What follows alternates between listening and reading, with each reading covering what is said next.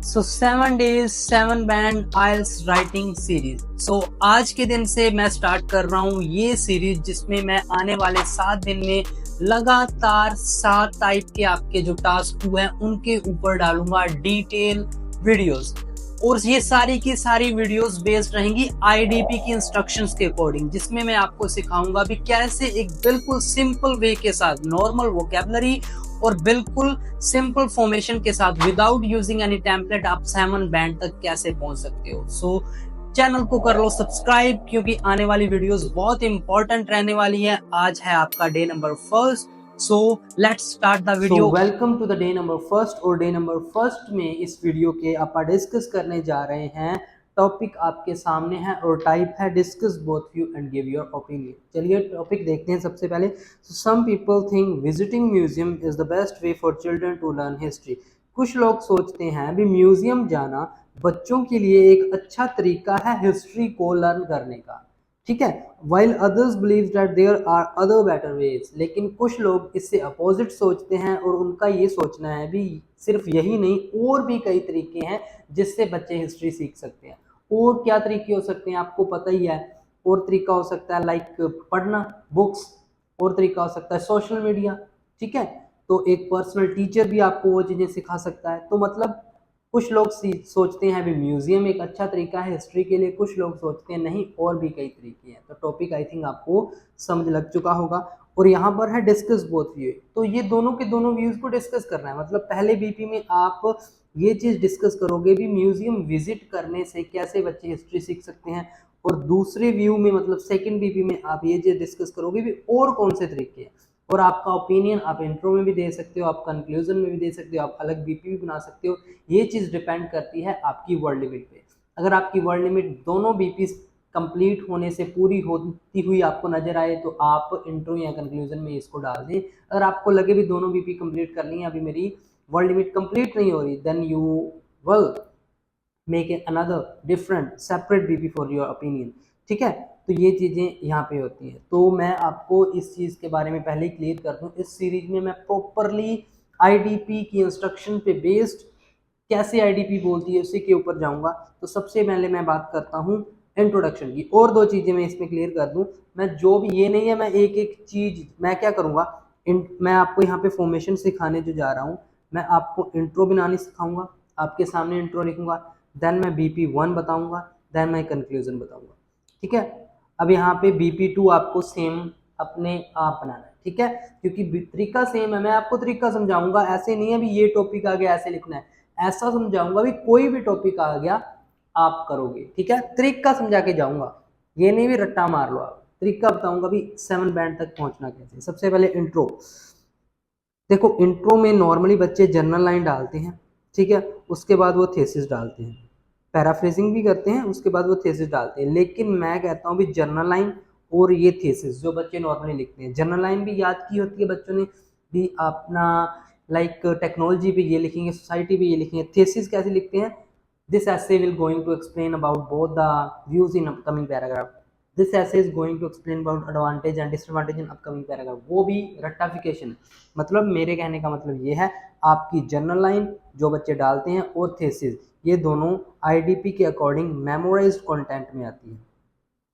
आप ये चीज़ band descriptor खोलकर भी देख सकते हो, और अगर कोई भी चीज़ आपने मेमोराइज लिखी है तो श्योरली आपके बैंड आएंगे 0 इन योर टास्क रिस्पॉन्स, और ये चीज़ें आईडीपी खुद कहता है। तो सीधी सीधी सी बात है, इंट्रो में ये चीज़ें आपने नहीं करनी। तो लिखना क्या है इंट्रो में, मैं आपको बताऊं भी आईडीपी क्या मांगता है। आईडीपी मांगता है पैराफ्रेजिंग्स, और वो कैसी पैराफ्रेजिंग, सिंपल पैराफ्रेजिंग आईडीपी के अकॉर्डिंग।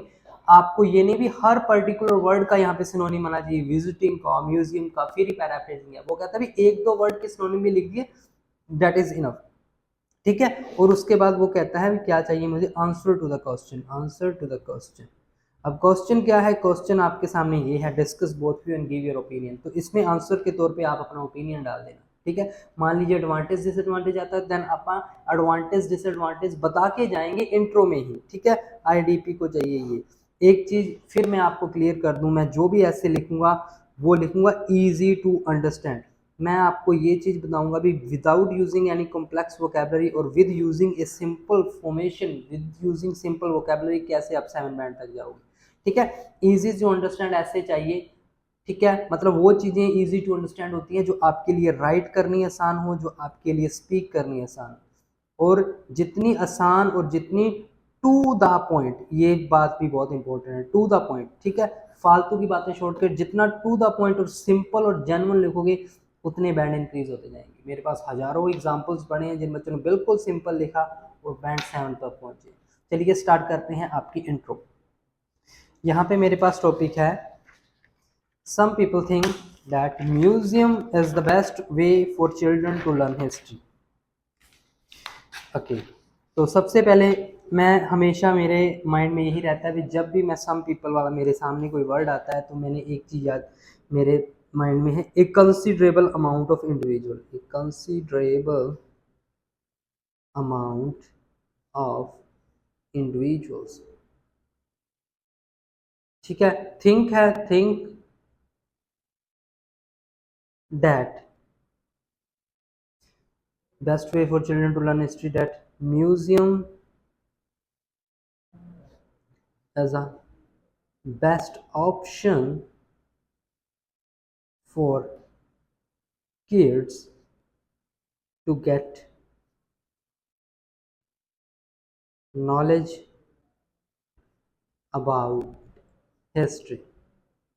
That's it.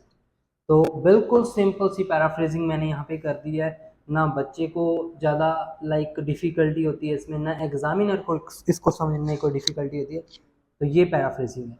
तो उसके बाद है दूसरे सोचते हैं नहीं कोई और भी वे है। So on the other hand, on the other hand, ठीक है, ऑन द अदर हैंड ये एक कनेक्टर है, सो कनेक्टर के आगे और पीछे दोनों तरफ कॉमा रहता है। Other hand some people opine that children can learn history from children can also learn history from other sources, from other better sources. Children can learn history better, यहाँ पे better लगाओ, from other sources. That's it. तो यहाँ पे मेरी paraphrasing हुई complete. Okay, तो यहाँ से लेकर यहाँ तक मैंने ये जो आपका टॉपिक था इसकी पैराफ्रेजिंग ऐसे बिल्कुल सिंपल वे के साथ कर दी है। ठीक है, अब मैंने आपको कहा था एक तो चाहिए पैराफ्रेजिंग और दूसरा चाहिए आंसर टू द क्वेश्चन। अब क्वेश्चन क्या है यहाँ पे, डिस्कस बोथ व्यू, और वो व्यूज़ को तो आप इंट्रो में नहीं डिस्कस कर सकते लेकिन आप अपना ओपिनियन दे सकते हो। तो मुझे तो ये लगता है भी दूसरे सोर्सेज ज़्यादा अच्छे हैं। ठीक है, जैसे सोशल मीडिया हो गया, वो ज़्यादा कन्वीनियंट है, थोड़ा ज़्यादा इंटरेस्टिंग हो जाता है। ठीक है, बच्चे इजीली लर्न कर सकते हैं। जैसे तो मैं अपना ओपिनियन कैसे दूंगा, so according to me, according to me एक तो मैं लिखता हूँ बुक्स एंड सोशल, सोशल मतलब फिर online, online platform are the significant way for children to learn history rather than museum. That's it. तो ये मेरी यहाँ पे हुई इंट्रो कंप्लीट। ठीक है, यहाँ से लेकर यहाँ तक मैंने की अपनी पैराफ्रेजिंग, देन यहाँ से लेकर यहाँ तक मैंने अपना आंसर टू द क्वेश्चन किया। ओके, तो ये चीज़ मांगता है डीपी टू द पॉइंट। मैंने कोई फालतू जनरल, कोई फालतू की थेसिस नहीं लिखी, जो चीज़ें चाहिए, जो चीज़ की रिक्वायरमेंट है वही लिखी है। सो टू द पॉइंट चलोगे, आपके लिए भी आसान है, आपके फालतू की वोकेबलरी, फालतू की सेंटेंस फॉर्मेशन में नहीं आपको जाना पड़ेगा। मैं कहता हूँ ऐसी इंट्रो करोगे तो एग्जामिनर स्टार्टिंग में इम्प्रेस हो जाएगा आपसे। ओके, तो नाउ नेक्स्ट इज बीपी। देखिए बीपी का भी मैं आपको बता देता हूँ। बहुत सारे बच्चे क्या करते हैं, बीपी को स्टार्ट करते हैं to begin with, then there are the plethora of reasons but the predominant one is this, then आप उनका यहाँ पे आइडिया आ जाता है, ठीक है। उसके बाद to explain it, for example, moreover, furthermore, as a result, ठीक है, ऐसे लिखते हैं। मैं आपको ये कहूँगा भी जितने ज़्यादा आप कनेक्टर्स लगा रहे हो एक बीपी में, वो क्या है, ओवर यूज़ है। ये मैं नहीं, ये फिर आईडीपी कहता है, over use of connector. IDP के अकॉर्डिंग जहाँ पे आपको कनेक्टर की ज़रूरत है, जहाँ पे ज़रूरत है, कनेक्टर का काम होता है दो लाइंस को जोड़ना, जहाँ पे उसकी ज़रूरत है वहीं पे ही आप लगाओ ना। ऐसे स्टार्टिंग में तो पहली बात तो कोई काम नहीं आता। आईडीपी ने सिर्फ कंक्लूजन में बोला है कि वहाँ पे आप कनेक्टर लगाओ, लेकिन कहीं पे ये नहीं बोला अभी बीपी की स्टार्टिंग में भी लगाओ, ठीक है। और जहाँ पे आपको ज़रूरत है वहीं पे लगाना। आप देखना भी मैं कैसे लिख रहा हूँ, ठीक है। ये प्रॉपर सैम्पल्स में डिट्टो जैसे आईडीपी की मेरे पास नोट्स पड़े हैं, 9 बैंड के सैम्पल्स पड़े हैं, उनकी तरह लिख रहा हूँ मैं, और वहीं से ये मैंने सारी चीज़ें सीखी हैं, ठीक है। अब मैं आपको बताता हूँ बीपी को स्टार्ट कैसे करना है। बहुत सारे बच्चे ऐसे लिखते हैं there are the plethora of ways, उन्होंने ये चीज़ याद की हुई है और इस चीज़ की जरूरत भी नहीं है। ये बच्चे सिर्फ इसलिए लिखते हैं ये line just to increase their word limit. मैंने आपको पहले ही कह दिया, अगर अच्छे बैंड लेने हैं टू द पॉइंट जाओ, चाहे लाइंस कम रह जाएं लेकिन बैंड अच्छे आएंगे। कैसे? टू द पॉइंट का मतलब है, मान लीजिए बीपी को स्टार्ट करना है और पहले बीपी में मैं फर्स्ट व्यू को डिस्कस करूंगा, और फर्स्ट व्यू यहाँ पे मेरा क्या है कि म्यूजियम में जाने से बच्चे हिस्ट्री कैसे सीख सकते हैं। तो मैं आपको बता दूं, स्टार्ट मैं करूंगा सीधा द मेन रीजन, सीधा मैं यहाँ पे कुछ ऐसा नहीं लिख रहा कि there are the many reason फिर लिख रहा हूँ द प्रीडोमिनेंट, नहीं, मैं सीधा first line first word the main reason of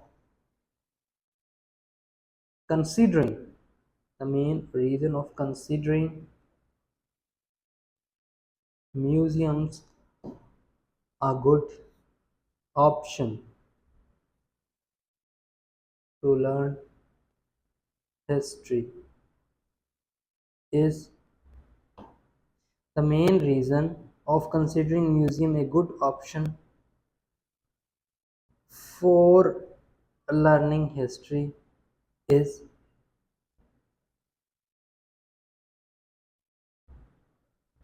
its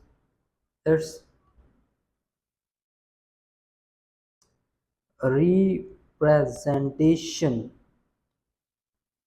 is its representation of information,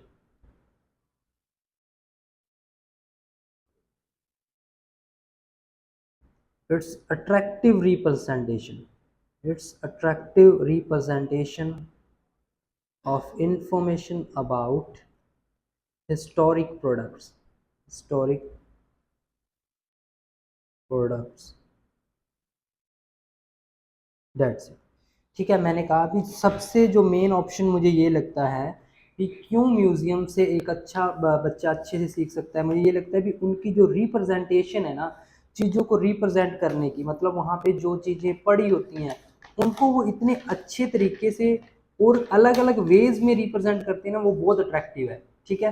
क्योंकि देखो ये नहीं होता भी, मान लीजिए वहाँ पे अब आपको पता है म्यूजियम में पुरानी चीज़ें पड़ी होती हैं, ठीक है। अब ये नहीं है भी वो सिर्फ पड़ी हैं, उनके बारे में इंफॉर्मेशन वहाँ पे लिखी भी होती है, बाकायदा आप उनकी जो इन्फॉर्मेशन है वो सुन भी सकते हो। उन्होंने आजकल ऐसा सिस्टम बना दिया है, आप जहाँ पे वहाँ पे आपको हेडफोन्स पड़े होंगे, आपको जस्ट वन क्लिक करना है और उनके बारे में आप उसकी इन्फॉर्मेशन के रिगार्डिंग विजुअल्स भी देख सकते हो वहीं पे एलसीडी पे, लाइक उनके साथ में ही, प्लस उसकी ऑडियो भी सुन सकते हो। वही चीज़ मैं यहाँ पे बता रहा हूँ कि attractive representation of information about the historic product. अब इसको मैं एक्सप्लेन करूँगा।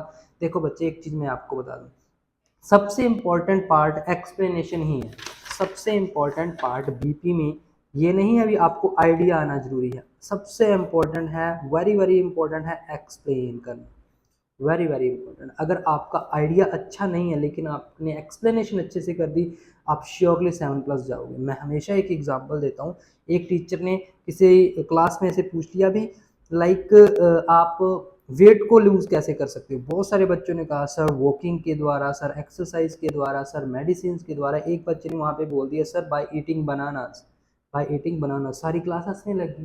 टीचर को बड़ा थोड़ा सा हुआ भी यार बनाना खाने से कैसे, लेकिन उसके बाद जब उस बच्चे ने एक्सप्लेनेशन से आंसर दिया और प्रॉपर रेलेवेंसी के साथ आंसर दिया तो एग्जामिनर भी, उसका टीचर भी है, वो भी हैरान रह गया। बट उन्होंने पूछा कैसे, उसने बताया भी बनाना में लाइक ऐसा कोई साल्ट होता है, साल्ट का उसने नाम बताया, अब मुझे साइंस का इतना वो नहीं पता, साल्ट होता है और उस साल्ट से क्या होता है, फैट जो होती है रिमूव होती है। अब फैट रिमूव होगी तो वेट क्या होगा, लूज होगा, लूज हो गया। ठीक है, तो इसका मतलब ये है उस बच्चे ने प्रॉपर रेलेवेंसी के साथ वेट को लूज करना बता दिया बनाना खाने से। तो यही चीज मैं कहता हूँ कि अगर आइडिया अच्छा नहीं, अगर एक्सप्लेनेशन अच्छी कर दी, बैंड जरूर आएंगे। अगर आपकी आइडिया अच्छा है, एक्सप्लेनेशन अच्छी नहीं हुई तो कोई फायदा नहीं है। सो ये आपका मेन पार्ट है। अब मैं इसको एक्सप्लेन करूंगा ये अट्रैक्टिव रिप्रेजेंटेशन से कैसे बच्चे इजीली सीख सकते हैं। अब मैं इसको एक्सप्लेन करूंगा, बिल्कुल सिंपल वे के साथ करूंगा। ठीक है, और जो चीज़ें मैंने आपको बताई है अभी ऑडियो वीडियो, वही चीज़ें मैं इसमें डालूंगा। जैसे यहाँ पे अभी तक मैंने कोई कनेक्टर नहीं यूज़ किया, सो दिस मीन्स, अब मैं बता रहा हूँ इसका मतलब क्या जो मैंने ऊपर लिखा है। So this means that majority of museums display the artifacts in a alluring way मतलब बहुत अट्रैक्टिव वे में, which not only provide its information in visuals but also exhibits मतलब दिखाना, exhibits its audiographics for the visitors। तो ये मैंने उसको बड़े अच्छे तरीके से बता दिया भी ये चीजें होती हैं। ठीक है, जिससे क्या होता है एज अ रिजल्ट, इसी में मैं रिजल्ट डालूंगा क्योंकि मुझे ये अभी प्रॉपर मैं बात यहाँ पे समझा दूँ अपने बीपी में, अपने एक्सप्लेनेशन में, sorry. So as a result children can learn history easily and in more interesting way that's it। तो ये मैंने प्रॉपर एक्सप्लेन कर दिया इतना, और मैं कहता हूँ कि एक एक सिंगल चीज मैंने यहाँ पे एक्सप्लेन कर दी, और यहाँ पे मैंने कोई भी वोकेबलरी का वर्ड, कोई भी फॉर्मेशन ऐसी यूज नहीं की जो आपको पता नहीं, बहुत इजी फॉर्मेशन यूज किया। अब मैंने यहाँ पे किया क्या है, एक बस मैंने रिजल्ट इसी में डाल दिया एज ए रिजल्ट, क्योंकि मुझे ये लगा कि अगर मैं इसको यहीं पे छोड़ूंगा ये थोड़ा सेंटेंस कंप्लीट सा नहीं लग रहा मुझे। ठीक है, तो जब मैंने इसको रिजल्ट भी इसी में डाल दिया, एग्जामिनर इसको प्रॉपर पढ़ेगा तो उसके दिमाग में सीधी बात सेट होगी। और यही मेरा मेन मोटिव था, भी उसको एक्सप्लेन कर दूँ एक्सप्लेनेशन में प्रॉपर। चाहे इसमें मुझे यहाँ देखो ये होता है एक सही यूज कनेक्टर का, यहाँ पे मुझे कनेक्टर की जरूरत थी क्योंकि मुझे रिजल्ट भी इसमें डालना था, तो कनेक्टर मैंने लाइन में लगाया, आगे और पीछे लगाया कॉमा। तो ये मैंने प्रॉपर इसको एक्सप्लेन कर दिया। ये होता है कि वेल एक्सप्लेन्ड बीपी। ठीक है, अब इसमें आप रिजल्ट कोई भी यहाँ पे डाल सकते हो। सो रिजल्ट डाल दिया, एग्जाम्पल डाल सकते हो। एग्जाम्पल डालना आप देखो, सर्वे वाले एग्जाम्पल्स आर टोटली बैंड। मैं आपको ये कहूँगा बिल्कुल नॉर्मल एग्जाम्पल डालो, अपने गांव का डालो, अपने शहर का डालो, अपने देश का डालो, अपना डालो, कोई दिक्कत नहीं है, बस सर्वे डाटा वाले एग्जाम्पल शो। ठीक है, जैसे फॉर एग्जाम्पल अब यहाँ पे मैंने चीज़ें ऑडियो वीडियो वाली डाली हैं।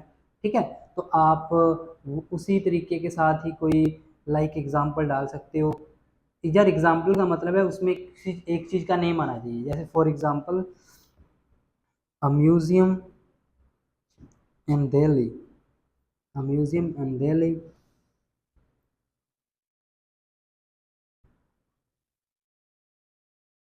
represents a old equipment of agriculture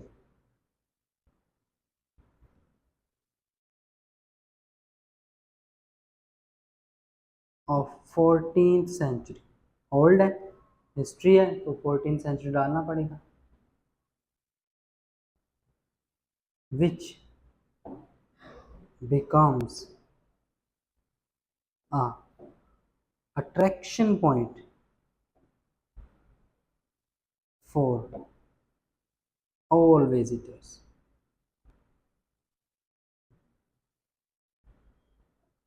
That's okay. तो ऐसे आप एक नॉर्मल सा एग्जांपल डाल सकते हो, ठीक है, क्योंकि देखो यहाँ पे मैंने रिप्रेजेंटेटिव, यहाँ पे जो मैंने एग्जांपल डाला है वो सेम उसी के तरीके का ही है। तो ऐसे आप बड़े अच्छे तरीके से लिख के आप अपना एक बीपी रेडी कर सकते हो। देखो मैं हमेशा कहता हूँ ये चीज़ें मैंने किसी इंस्टीट्यूट किसी टीचर ने नहीं सिखाई, ये मैंने आईडीपी से सीखी है। और ये तो लाइक ए आप कह सकते हो भी बहुत थोड़ी चीज़ें हैं। और मैंने क्या किया है, मैंने लाइक अपना एक कोर्स डिज़ाइन किया है, उसके बारे में थोड़ी सी इन्फॉर्मेशन आपको यहाँ पे दे दूँ। मैंने अपना राइटिंग का एक कोर्स डिज़ाइन किया है बच्चे, और ये मेरी 3-4 साल की पूरी मेहनत है, पूरी मेहनत है 3-4 साल की। मैंने इसमें क्या डाला है, आपको टास्क 1 और task 2 video lectures in detail, एक एक जितने टाइप के टास्क 1 है और जितने टाइप के टास्क 2 हैं उन पे सभी पे वीडियो लेक्चर्स हैं। और वीडियो कितनी 50-50 मिनट्स की, एक एक घंटे की वीडियो इस कोर्स में मिलेंगी आपको, हर प्रॉपर टास्क 1 टास्क 2 पे, चाहे एकेडमिक है चाहे जीटी है। इतनी अमेजिंग वीडियो है, सारे डाउट्स क्लियर होंगे। वीडियोस तो अलग, उसके साथ साथ मैंने 9 बैंड के सैंपल्स डाले हैं टास्क 1 और टास्क 2 दोनों के। और वो किन के द्वारा लिखे हैं, आईडीपी सर्टिफाइड टीचर्स के द्वारा। इसके मिलेंगे आपको पीडीएफ्स 30-40 प्लस, आप 30 से 40 पीडीएफ्स मिलेंगे 9 बैंड के ओरिजिनल सैंपल्स जो आईडीपी ने के टीचर्स ने लिखे हैं, ठीक है। वीडियोस प्लस आपको मिलेंगे पीडीएफ्स, इसके बाद आपको मिलेंगे वोकैबुलरी के नोट्स भी आपको मिलेंगे। ये मेनली ये आपकी राइटिंग पे है, ठीक है। तो राइटिंग पे डिटेल सब कुछ आपको इसमें मिलने वाला है। फिर भी इसके अलावा मैंने एग्जाम लेवल की रीडिंग लिसनिंग और स्पीकिंग के पीडीएफ्स भी इसमें डाल दिए हैं ताकि बच्चों की हेल्प हो सके। मेनली ये कोर्स ओनली राइटिंग के लिए है, लेकिन पीडीएफ्स आपको इनके मिल जाएंगे। लिसनिंग वगैरह की जो ऑडियो है वो आपको यूट्यूब से ही करनी पड़ेगी, मैं यहाँ पे पीडीएफ दे सकता हूँ, ठीक है।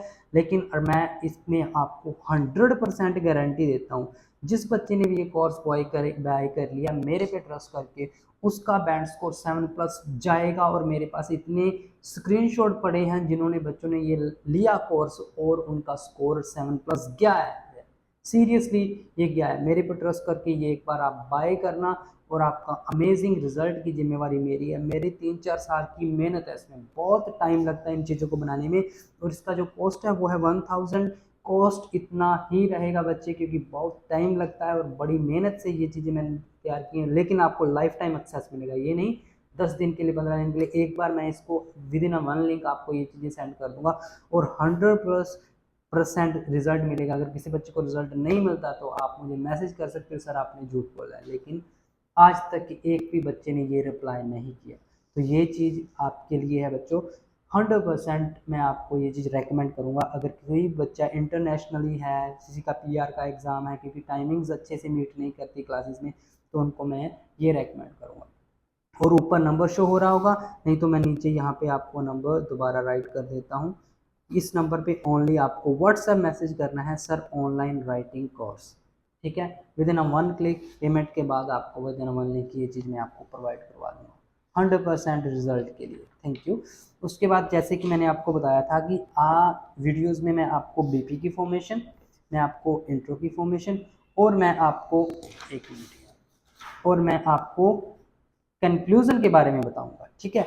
अब इसके बाद देखो फर्स्ट बीपी आपका कंप्लीट है। देखो सेकंड बीपी में भी मैं आपको थोड़ा सा बता देता हूँ। सेकंड बीपी भी आपको सेम उसी तरीके से, लेकिन देखो मैं आपको तरीका बता सकता हूँ, ये नहीं भी मैं आपको एक एक चीज़ क्लियर करूँ, तरीका बता दूँ। आपने सीखना क्या है सर, इंट्रो स्टार्ट कैसे करनी है, इंट्रो एंड कैसे करनी है, बीपी स्टार्ट कैसे करना है, एक्सप्लेन कैसे करना है, एग्जाम्पल कैसे डालना है, तरीके सीखो, ठीक है, रट्टा नहीं मारना। अब यहाँ पे BP2 में भी आपने क्या लिखना है, जैसे मैंने ऊपर आपको बताया था बुक्स में क्या होती है, जो वाइड रेंज में आपको इन्फॉर्मेशन मिल सकती है हिस्ट्री में, ठीक है, पूरी डिटेल्स में हिस्ट्री में, पूरे names and years and all वो बुक्स चीज़ें आपको वो चीज़ें प्रोवाइड करवाती है, ठीक है। म्यूजियम में इतनी डिटेल में नहीं मिल सकती जितनी बुक्स, देखो एक एक बुक्स एक एक टॉपिक पे लिखी होती है, ठीक है। इसके अलावा जो आपका सोशल मीडिया है वो भी मैंने वहाँ पे डाला था। तो सोशल मीडिया में with in 1 click social media में टाइम सेविंग, आप घर बैठे with in one click Google पे किसी भी एक सिंगल वर्ड पे कितनी कितनी चीज़ें आप सर्च कर सकते हो। That is time saver as well as convenient for the students. तो ये चीज़ें आपको सेकंड बीपी में डालनी है। अब कंक्लूजन में क्या रहता है, बच्चे बहुत सारे बच्चे क्या करते हैं, to in a nutshell, in to recapitulate, ऐसे वर्ड से कंक्लूजन शुरू करते हैं। नहीं, आईडीपी ने कहा है सिर्फ टू कंक्लूड या फिर इन कंक्लूजन, इन दो वर्ड से ही आपने अपना बीपी कंक्लूजन स्टार्ट करना है। और कहीं पे भी फालतू चीज़ें नहीं लिखनी कंक्लूजन में। जो आपने बीपी 1 और बीपी 2 में पॉइंट्स डाले हैं वही आप यहाँ पे लिख के जाओगे। जैसे एज द म्यूजियम्स, एक चीज़ और, मान लीजिए इतने बड़े ऐसे में मैंने बहुत 250 से 300 वर्ड लिखे होंगे, ठीक है पूरे नहीं लिखे क्योंकि बीपी 2 आपने खुद ने लिखना है, लेकिन जिसमें एक आधी भी अगर कोई गलती हो जाती है ना, बड़े बच्चे कमेंट डालने देते सर ये क्या गलती कर दी, ये क्या गलती। यार जो चीज़ें पॉजिटिव है उस पर रहो ना, एक गलती से कुछ नहीं होता। ठीक है, मैं कोई ये नहीं हूँ प्रोफेशनल हूँ, आपके सामने लाइव लिख रहा हूँ, नहीं तो मैं रट्टा मार के वहीं से लिख के ले जाता है और पढ़ के चला जाता है। मैं आपके लिए लिख रहा हूँ, आपको पता चले, तो गलती होना एक नेचुरल चीज़ है। सो इसके लिए ज़्यादा वो मत किया करो। So conclusion, as a museum provides the knowledge, museum provide the knowledge of history in interesting way by displaying the artifacts. But social media and books are more convenient and time saver options. That's it. बस देखो कितना easy है बच्चों के लिए भी लिखना, अगर ऐसे लिखना जाए, क्योंकि आपको टेम्पलेट्स में घुमा के रख दिया है, आपको वोकेबलरी में घुमा के रख दिया है। चीज़ों को बिल्कुल सिंपल कर दो, कॉम्प्लेक्स कुछ नहीं करना, बहुत चीज़ें आसान हो जाएंगी। ठीक है, और मैं आपको मेरी क्लास की इन्फॉर्मेशन भी दे दूं। मेरा नेक्स्ट वीक से 15 डेज़ का बैच दोबारा से स्टार्ट हो रहा है, और ये बैच एकेडमिक की क्लासेस के लिए प्लीज़। ठीक है, जीटी वाले बच्चों को अभी क्लास नहीं है, वो मेरा कोर्स बाय कर सकते हैं, उतना ही इफेक्टिव रहेगा जितनी क्लास है।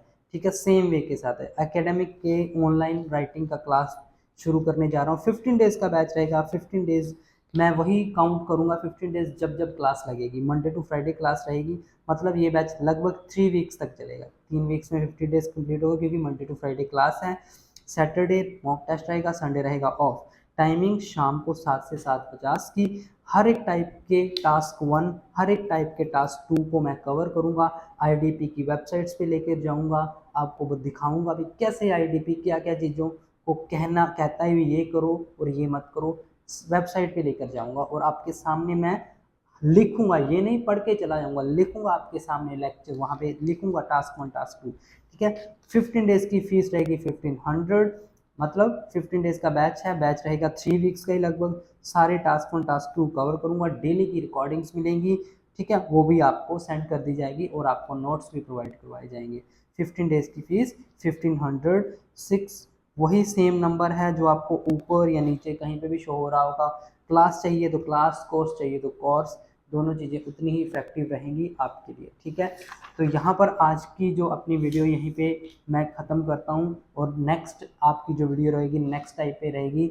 होप सो ये वीडियो आपके लिए हेल्पफुल रहेगी। बाकी चैनल को सब्सक्राइब करें, लाइक करें, शेयर करें। थैंक यू सो मच, मिलते हैं नेक्स्ट डे के।